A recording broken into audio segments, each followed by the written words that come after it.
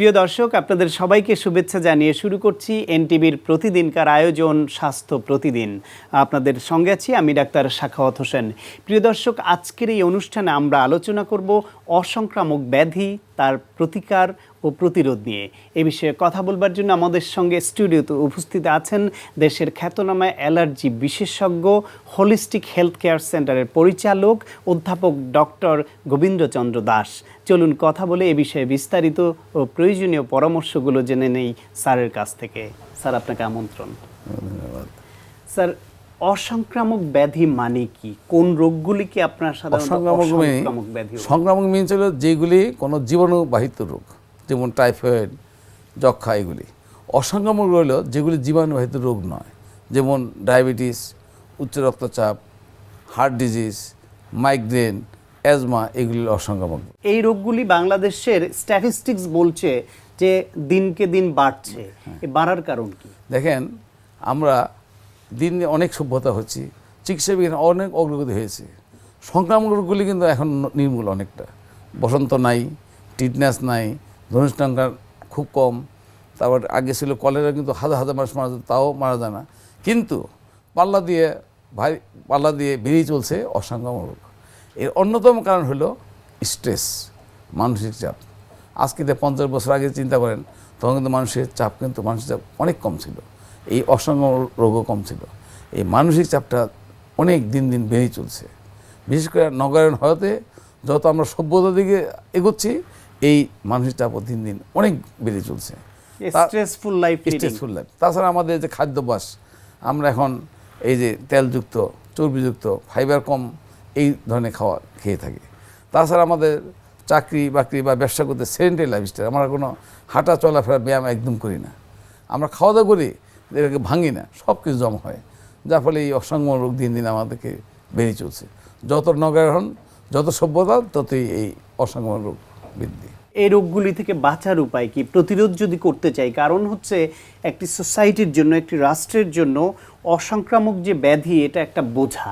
এটা দিন দিন বেড়ে চলেছে, কিন্তু এটা প্রতিরোধযোগ্য। বিশ্ব স্বাস্থ্য সংস্থা বলে যে আমাদের 80% রোগ হলো সাইকোসোম্যাটিক।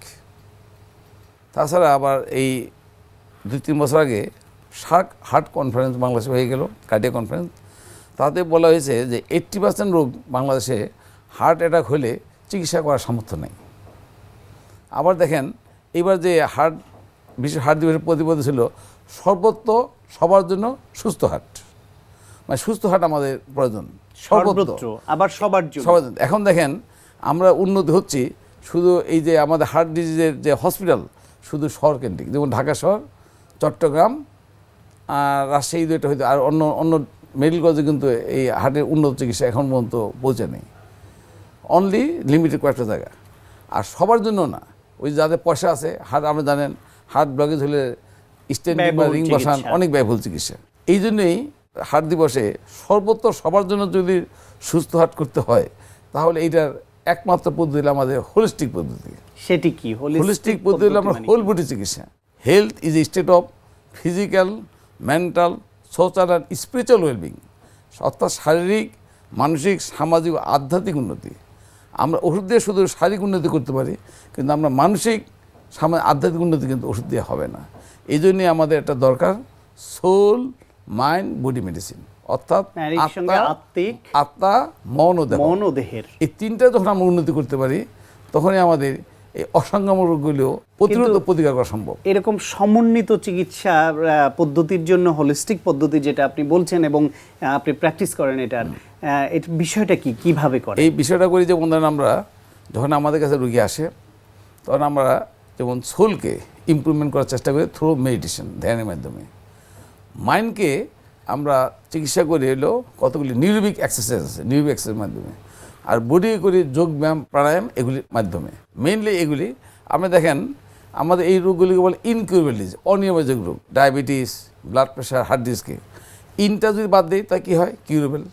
মানে আমাদের যে আউট থেকে আমরা শুধু বডিটাকে চিনি, ভিতরে কিন্তু সোল অ্যান্ড মাইন্ড আছে, মন, এই দুটো কিন্তু আমার বাইরে থেকে বোঝা যায়, এগুলি শরীরের ভিতরে থাকে।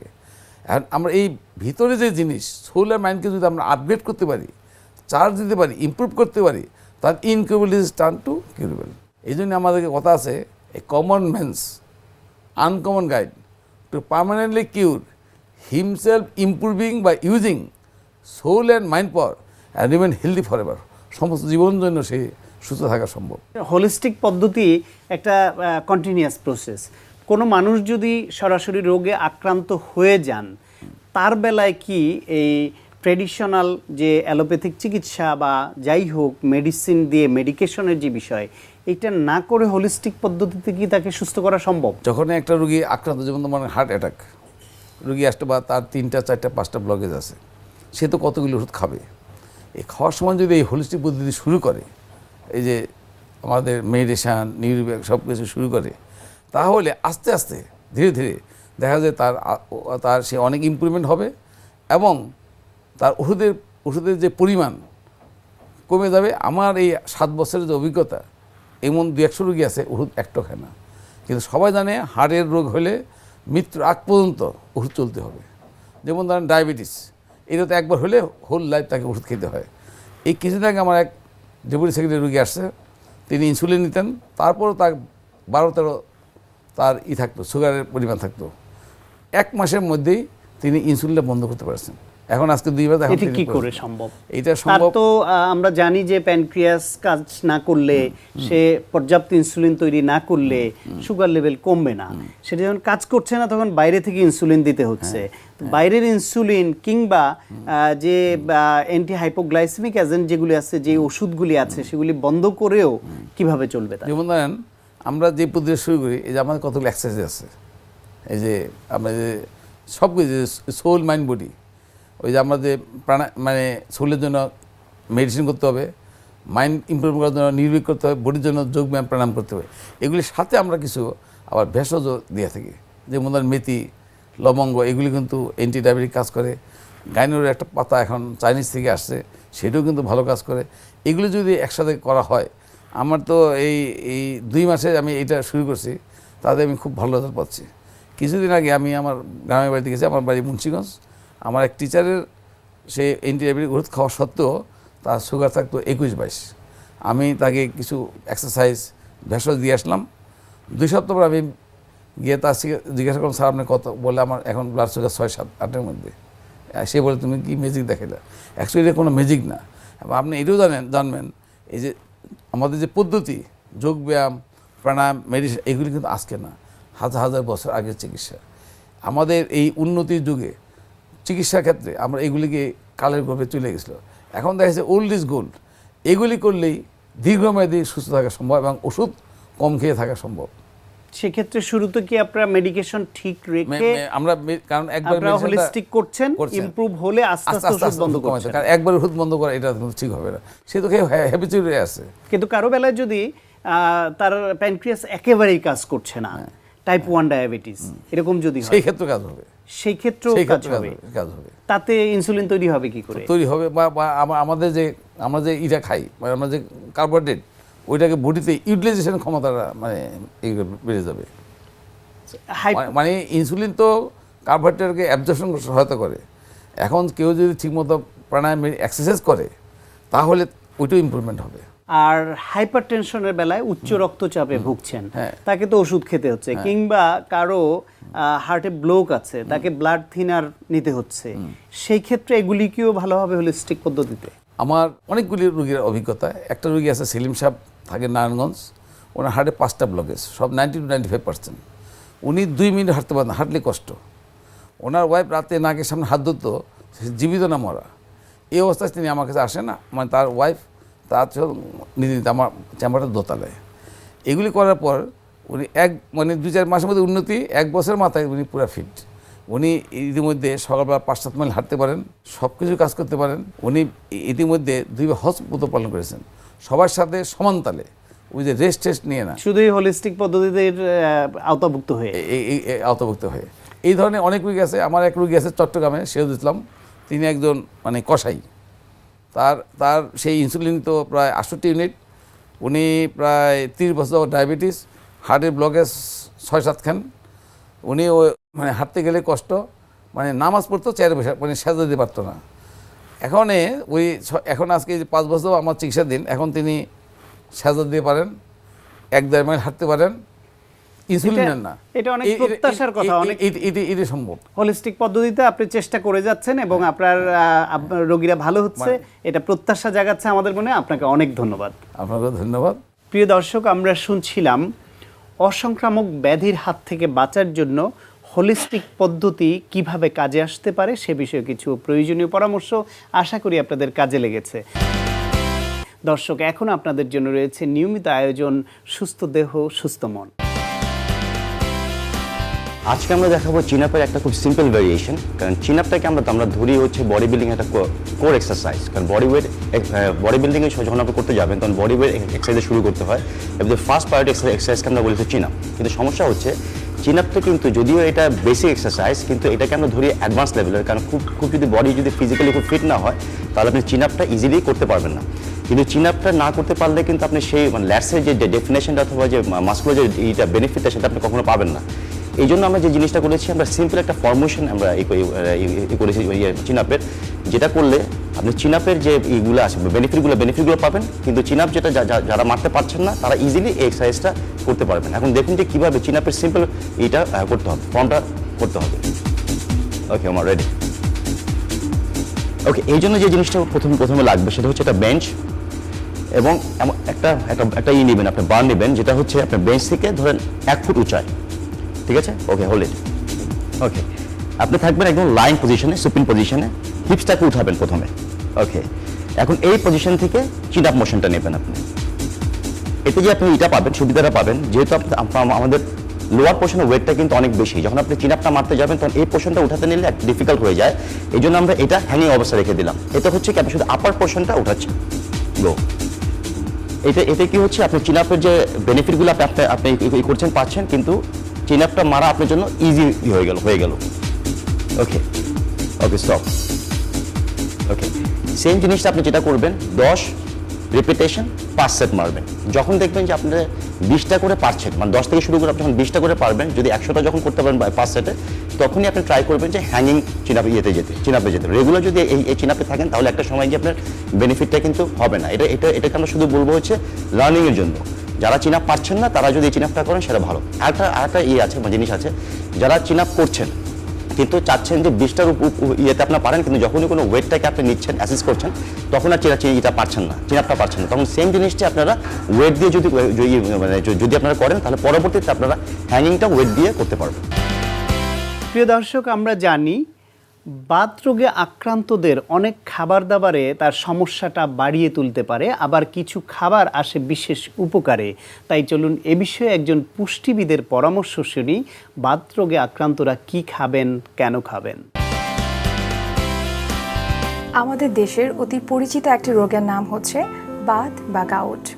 এই বাত বা গাউট দেখা যায় সাধারণত যখন রক্তে ইউরিক অ্যাসিডের পরিমাণ অনেক বেশি বেড়ে যায়। রক্তের এই ইউরিক অ্যাসিড তৈরি হয় মূলত পিরুইন নামক একটি কম্পাউন্ডের ব্রেকডাউনের ফলে। রক্তের এই ইউরিক অ্যাসিড তৈরি হওয়ার ক্ষেত্রে পিউরিনটাই মূলত একটা মেজর ফ্যাক্টর হিসেবে কাজ করে থাকে। আমরা যদি হাই পিউরিন ফুড গ্রহণ করে থাকি সেক্ষেত্রে রক্তে বা সিরামে ইউরিক অ্যাসিড লেভেল স্বাভাবিকের চেয়ে অনেক বেশি পরিমাণে বেড়ে যায়। আমরা জানি যে মেল বা ফিমেল সবার ক্ষেত্রে ইউরিক অ্যাসিডের একটা স্বাভাবিক একটা লেভেল থাকে। যখন রক্তে এই ইউরিক অ্যাসিড লেভেল স্বাভাবিকের চেয়ে অনেক বেশি পরিমাণে বেড়ে যায় তখনই কিন্তু দেখা যায় যে বাত বা বিভিন্ন ধরনের হেলথ প্রবলেম হয়ে থাকে। আর এই বাতটাই হচ্ছে কিন্তু আমাদের ইউরিক অ্যাসিডের জন্য মূল একটি কারণ। আর এই বাতই হচ্ছে আর্থ্রাইটিসের অন্যতম একটি কারণ। এই বাত সাধারণত হয়ে থাকে বা ইউরিক অ্যাসিডের পরিমাণটা সবথেকে বেশি বেড়ে যায় কিন্তু বিভিন্ন ধরনের জয়েন্টে। তাই আমাদের খাদ্য ব্যবস্থা এমন হওয়া উচিত যেন রক্তে কোনোভাবেই ইউরিক অ্যাসিড বেড়ে না যায়। যেহেতু পিউরিন থেকেই আমাদের এই ইউরিক অ্যাসিডটা বেড়ে যায় তা আমাদেরকে চেষ্টা করতে হবে যথাসম্ভব যেন খাদ্যে কোনোভাবেই পিউরিনটা না বেড়ে যায় বা ইউরিক অ্যাসিড কোনোভাবেই যেন বেড়ে না যায়। এক্ষেত্রে আমরা যেটা করতে পারি যে একটা চার্ট ফলো করতে পারি, যেমন high purine food, medium purine food এবং লো পিউরিন ফুড। পিউরিনের সবথেকে রিচ একটি সোর্স হচ্ছে red meat, sea food, lentils, তারপর হচ্ছে অ্যালকোহল ইত্যাদি। আমরা কয়েকটা খাদ্যের মাধ্যমে কিন্তু আমাদের এই বাতের প্রবলেমটাকে অনেকাংশে কমিয়ে নিতে পারি। যেমন ওমেগা 3 জাতীয় খাবার like fish, vitamin C, lemon, high fibre food, low fat dairy products, strawberry, cherries. চেরিসের একটি বিশেষ গুণ রয়েছে, এতে রয়েছে ইনফ্ল্যামেটরি সাবস্টেন্স যা আমাদের ইউরিক অ্যাসিডটাকে কমাতে অনেক বেশি পরিমাণে হেল্প করে থাকে। বাত বা গাউট কমানোর আরও একটি সহজ উপায় হচ্ছে আমাদেরকে প্রচুর পরিমাণে কিন্তু পানি খেতে হবে। আর এই পানির যদি আমরা প্রচুর পরিমাণে খাই তাহলে যেটা হবে যে ইউরিক অ্যাসিডটা কমার পাশাপাশি আমাদের বডিতে যে টক্সিনগুলো রয়েছে সেগুলো কিন্তু বডি থেকে ফ্লাশ আউট হয়ে যাবে। তাই বাত বা গাউটের মতো একটা পেইনফুল ডিজিজকে কমানোর জন্য আমাদেরকে অবশ্যই একটা হেলদি ডায়েট অথবা লো পিউরিন ডায়েট ফলো করতে হবে। প্রিয় দর্শক, এখন আপনাদের জন্য রয়েছে স্বাস্থ্য প্রতিদিন আজকের হেলথ টিপস। শাকসবজির ফাইবার অন্ত্রের ক্যান্সার কমাতে সাহায্য করে, তাই নিয়মিত শাকসবজি খেতে ভুলবেন না। প্রিয় দর্শক, এই অনুষ্ঠান সম্পর্কে আপনাদের যে কোনো মতামত বা পরামর্শ থাকলে লিখে পাঠাতে পারেন এই ঠিকানায়। প্রযোজক স্বাস্থ্য প্রতিদিন, এনটিভি, বিএসসি ভবন, 7 তলা, 102 কাজী নজরুল ইসলাম এভিনিউ, কারণ বাজার, ঢাকা 1215।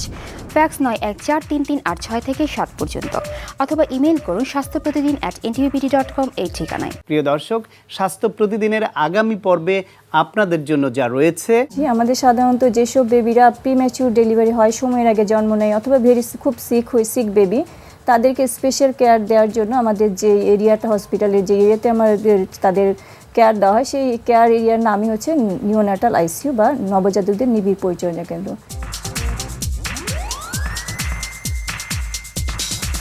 প্রিয় দর্শক, বিশ্বের যে কোনো প্রান্ত থেকে যে কোনো সময় এনটিভিতে সম্প্রচারিত সংবাদ ও অন্যান্য সকল অনুষ্ঠান উপভোগের জন্য ভিজিট করুন আমাদের পূর্ণাঙ্গ ওয়েব পোর্টাল www.ntvpd.com। দর্শক, আজ এ পর্যন্তই। সবাই ভালো থাকুন, সুস্থ থাকুন এবং অবশ্যই নিরাপদে থাকুন। দেখা হবে আগামীকাল ঠিক একই সময়ে।